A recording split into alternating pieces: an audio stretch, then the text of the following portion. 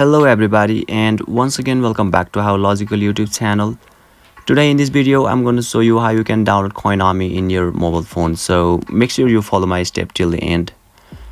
First of all, you need to search for Coinomi wallet in App Store or Play Store. Now you'll be able to see an app at top where it is distinguishable by its logo shown in the screen and is developed by Coinomi Limited itself.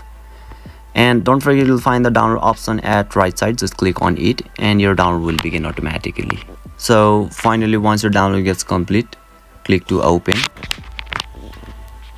and you will be able to access it. So basically this is how you can download Coinomi wallet in your smartphone. And if you still encounter any issue during the download process, feel free to leave a comment and I'll be happy to assist you. If you found this video helpful, please give it a thumbs up, and if you are new to this channel, make sure to hit the subscribe button and set the bell icon to on so that you can stay updated with our latest content.